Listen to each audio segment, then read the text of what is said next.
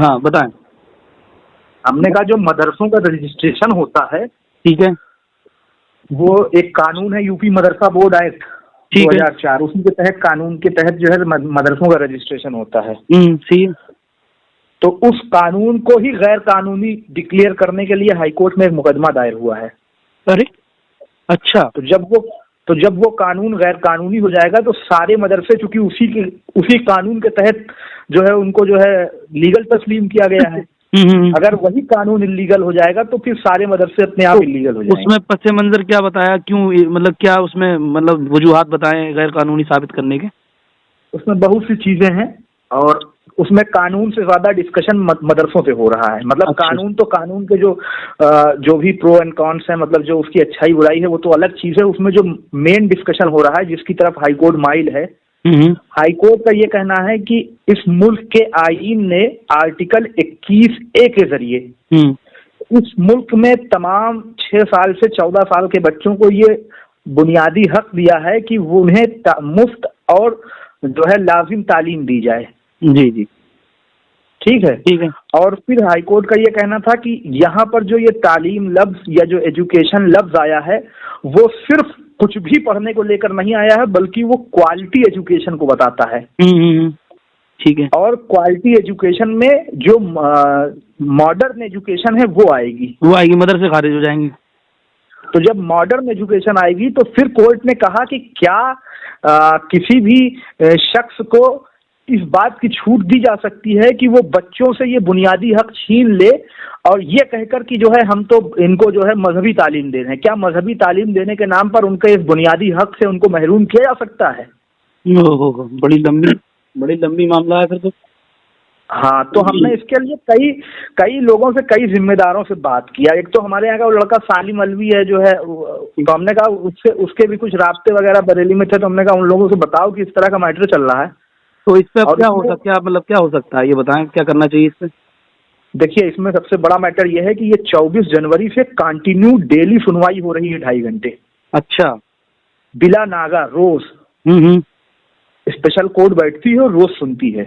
अच्छा। अब इसमें ये है कि जैसे जो मेन लोग हैं वो क्या करें कि देखिए मैटर तो ये है कि ये कानून रद्द होगा, क्योंकि जो जजेस का जो व्यू था, जो जजेस का झुकाव था, जो उनका नजरिया था, वो दौराने मुकदमा जो उनकी गुफ्तगू होती है उससे वाज़ेह हो जाता है। जी जी बिल्कुल। तो वो उस मुकदमे की सुनवाई के दौरान उन लोगों ने जो बातें कही हैं उससे वाज़ेह है कि वो इस कानून को रद्द करेंगे।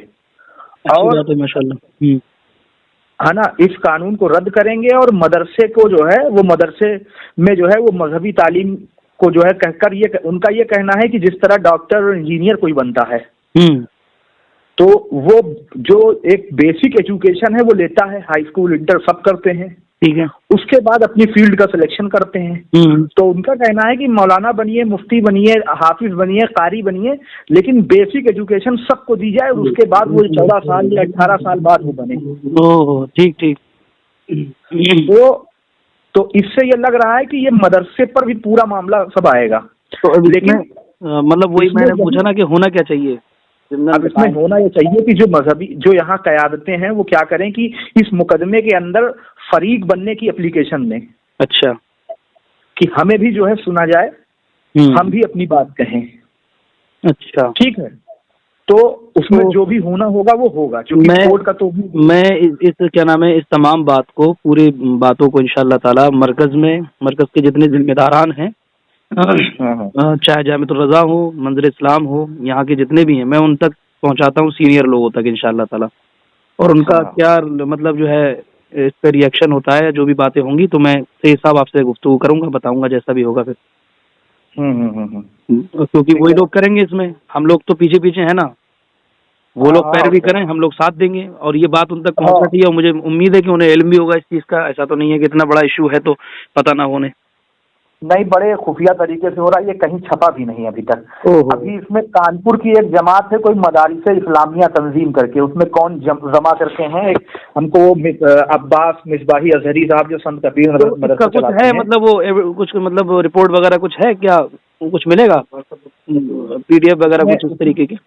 नहीं, कोई क्लिप नहीं, हम जो लिखे हैं वो भेज देंगे। देखिए, इन्होंने कोई दीवान साहब जमा करके हैं उस तहरीक के, अच्छा। ये इन लोगों ने अभी उसमें फरीक बनने की एप्लीकेशन डाली है ना। तो मौलाना अब्बास साहब ने जो है वो हमको फॉरवर्ड किया था, तो मैं जो कुछ है वो फॉरवर्ड कर देता हूँ। आप फॉरवर्ड कर दीजिए, और मैंने आपकी बात रिकॉर्ड कर ली है थोड़ी सी, ठीक है ये साहब। जी तो मैं ये जी प्रिंसिपल साहब जो हैं जामिअतुर रज़ा के, और ये जितने भी लोग हैं, इनको पर्सनली कर दूंगा कि आप इसको सुने और समझें वक्त की नज़ाकत हालात को देख करके, और हाँ, कोई तो लाहे अमल तैयार करें।